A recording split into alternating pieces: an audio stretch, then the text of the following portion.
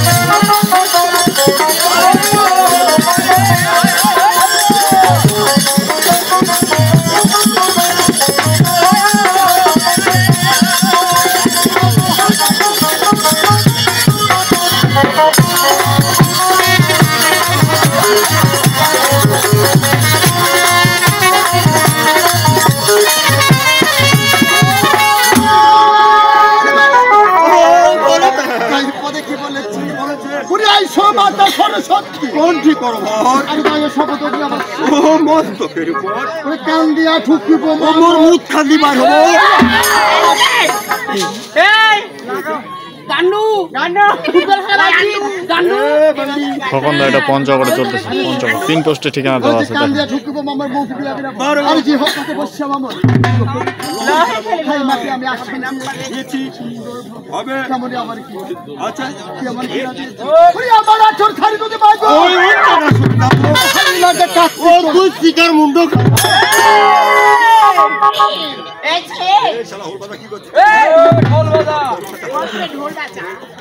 শিবের মুন্ড আচ্ছা আচ্ছা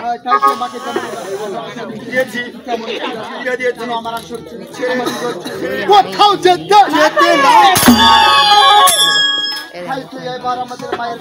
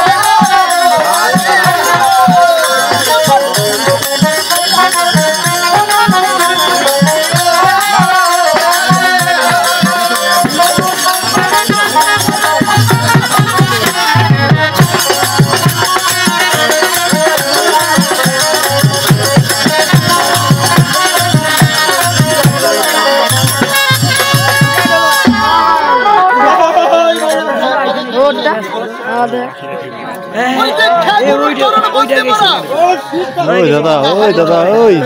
একটু কম করে কথা বলা, গল্প করেছেন খুব। আবার কি বলেন ওরে গানি গুরুকে প্রণাম জানাই ওরে খুকা মারে বাড়ি এটা হচ্ছে আমার গানের গুরু, এটা হচ্ছে না দেবো সুরা মারে দরবার আর ওরে তালে চমর দিয়া তাহার কৃপাতে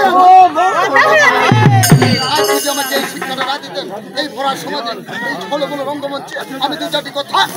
বলতে পারতাম। তাই আবার পুরিয়ে হলোকে বেঁচে নেই তিনি পরলোকে এখন হলো কি বেঁচে নেই পরলোকে আরে যেখানে কেন তার দেওয়া বলি সুন্দর আমার তাই এবার আমার কোন দিকে যাচ্ছে আমার কোন হয়েছে হবে কান গুলিকের চল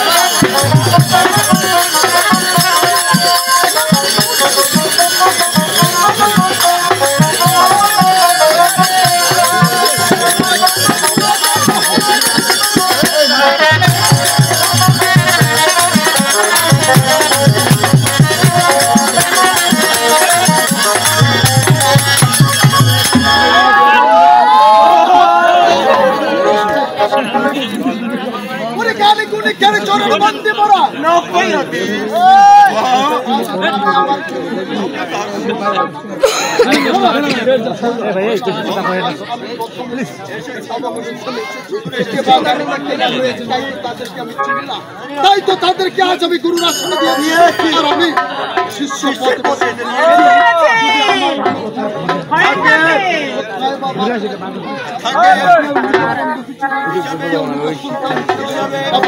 ছোট ভাই আমার দৃষ্টিতে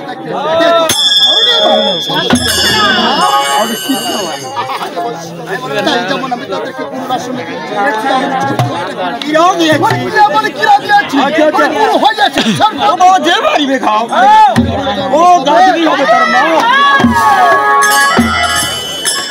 যেন গুরু হয় এই অদম শিষ্য পুরো ক্ষতি করার চেষ্টা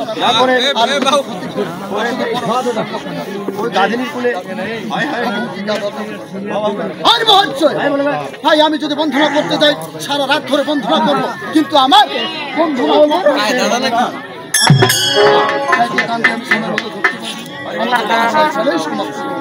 আবার কিভাবে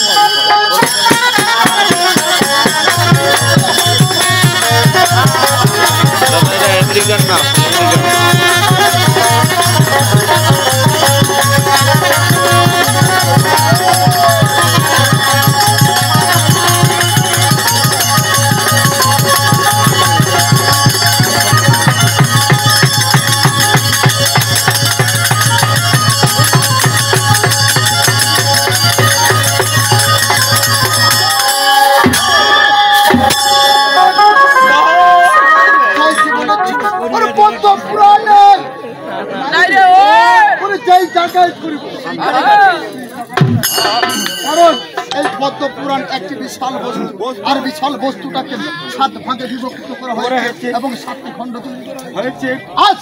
এই 7টি খণ্ড আমরা যদি বলতে যাই আমাদেরকে সময় লাগবে তারপরেও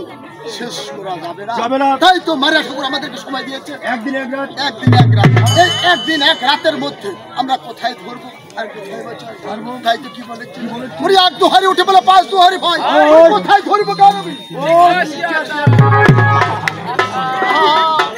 এ দাদা মাশাআল্লাহ আজি গামে তো আমার বিছানা পায় নাই এই যে দূরে আছে না গাম যদি কোন ধরে বিছানা পায় খুব ধরে গাম পায় তো দিয়ে দিলে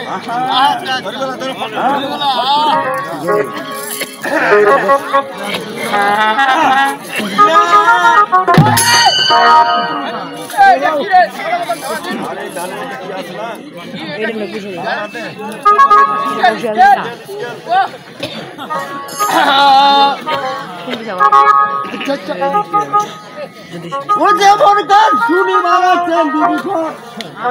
ওই বলে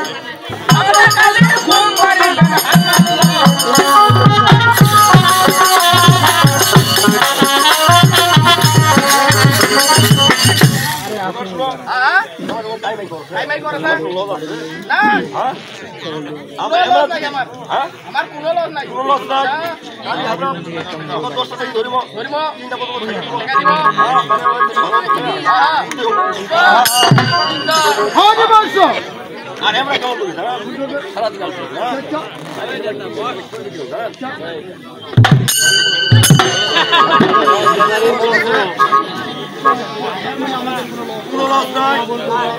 আমরা এখান থেকে ঠিক আছে কথাটা কিন্তু মন্দ না। আরে আমি তোমাকে ধরতে বলেছিলাম কি আর তুমি ধরলে কি বলো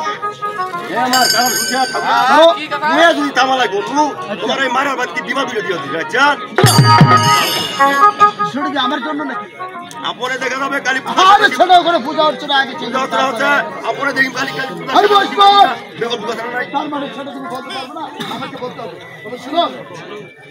চন্দ্রপতি রাজা ছিল তার পিতা ছিল কটেশ্বর মুনি। আরে এই কটেশ্বর মুনি যখন দেহত্যাগ করে তার পুত্রকে একটি বাক্য ছাড়ে কি এমন বাক্য ছিল হে পুত্র আমাদের সদাগর বংশে সর্বলোকে বাণিজ্য তাই তো আমার দেহত্যাগের পর তুমিও যাবে আমার হাতে সেই বাণিজ্য এই কথা বলে কটেশ্বর মুনি দেহত্যাগ করলেন তার বাক্য পালন করার জন্য চন্দ্রপতি সদাগর কোথায় এগিয়ে চললেন আর এই শিবা সাধনা শেষ হয়ে যাওয়ার আর মাত্র তিনি চম্পলানগর ফিরে আসবেন আসার পথে তাকে বদমাশন হয়েছে কিভাবে